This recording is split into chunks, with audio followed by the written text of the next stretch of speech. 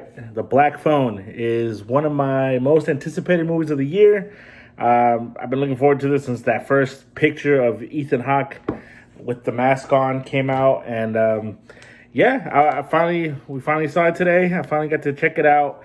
It's pretty much it's directed by Scott Derrickson, who's mainly known for making the first Doctor Strange, Sinister, and the Exorcism of Emily Rose, which Sinister in itself already is one of my, I don't know if it's one of my favorite horror movies of all time, but it's a great horror movie. I think the Exorcism of Emily Rose is highly underrated. I don't think people talk about it enough. And I mean, Doctor Strange, I thought was a great movie as well. He's back here with Ethan Hawke as Ethan Hawke plays this man who they call the Grabber. Pretty much abducts these kids throughout the movie, and it's going on in this town, and they abduct one of our main the main character. His name is Finney, who's played by Mason Thames. I believe that's how you say it. It's pretty much he gets abducted, and now he's in this room in the basement of the house of where he's abducted at.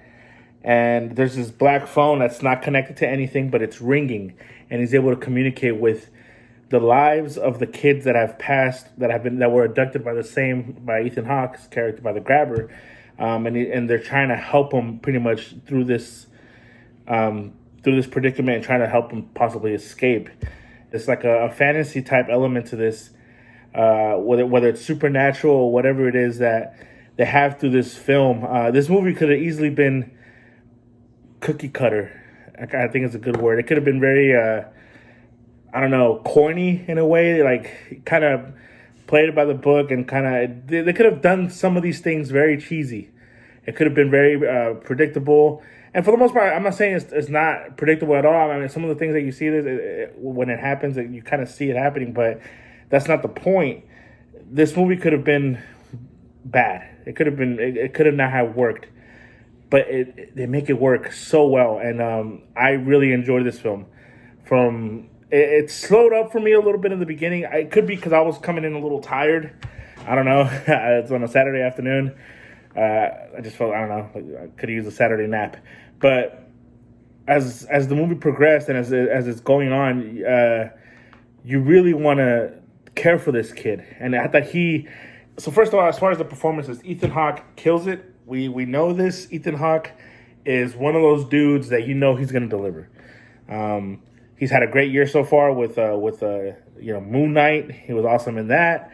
I loved him in The Northman for the small role that he had there, and now he has this. I really think he's awesome. There's this whole idea about the Ethan Hawke renaissance going on right now. Man, this dude's been here. This dude has been doing this. This dude's been putting out quality performances for years. So I mean, I don't know what people are coming out with that. He's been here. He's been doing this. But yeah, he's great. But to me, the performances here that steal the show is Mason Thames, who's the one being abducted, and the girl that plays his sister, played by Madeline McGraw. Her name is Gwen. Man, she is awesome. She kills this movie. To me, she is the standout performance out of everyone in this film. Along with Finney, Mason Thames, but I think she has a certain role that they don't show in the trailer, so I don't know if I really want to talk about it in here. But there is the supernatural element really weaves through the story pretty well, and they use her in a way where it's really interesting and really cool. She knows how to really portray emotion. She does a great job there's a scene in this, so. What I like about the first act of the movie is that there's character setups. You're seeing what these kids are going through, what they're dealing with in school, whether it's fighting and whatever's going on with school. There's this whole fight with Finney getting jumped by these three boys, and Gwen, the girl, she comes in and just hits one of the dudes with the rock, and they're really going at it, really fighting each other. It's kind of uncomfortable to see almost at times. But there's this one specific scene with their father. The father in this movie, he's kind of a jerk to them. He's, I would say, abusive in a sense, but I'm not, and I don't want to excuse his behavior. I don't want to excuse this type of character that he is, but as the movie progresses, you can kind of see why he's doing this in a sense. It's not like abusive as far as like he's really really hurting them. He there's a scene with him and his daughter with Gwen where she is being hit by him, and her crying just really, I don't know what it was, but I felt that it really came through the screen, and I felt like I wanted to cry with her. She did such a great job with that scene. But again, something is up with the history of this family where it's caused them to be this way. And at the end, towards the end, when the movie concludes itself, I feel like it'll be interesting to see more of that family, of what happened to their mom, because the mom isn't seen in this movie. The mom isn't around, but they keep mentioning her. Specifically, the dad, he keeps mentioning how the mom was just different. And so I wonder if that has anything to do with this boy. He's hearing the voices of the dead. And again, there's something with the girl that I don't want to spoil, that she has also the ability of doing something. And I thought they used all these dynamics very well.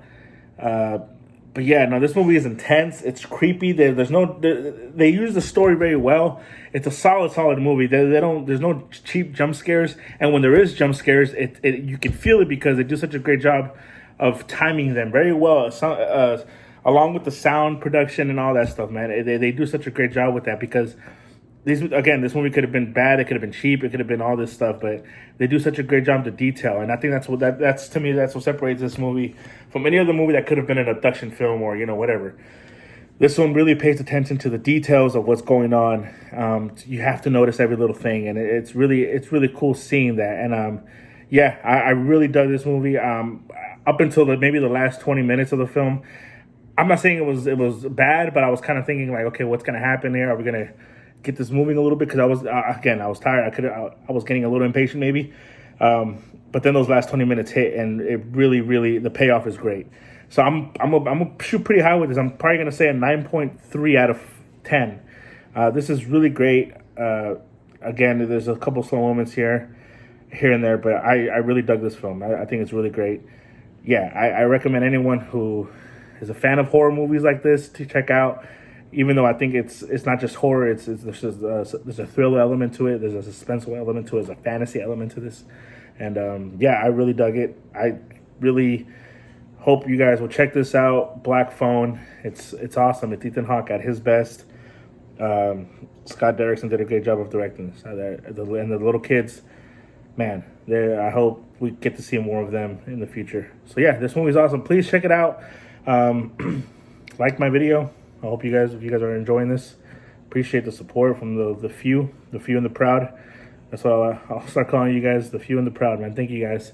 I love doing this. It's fun. It's awesome. The Black Phone. Check it out.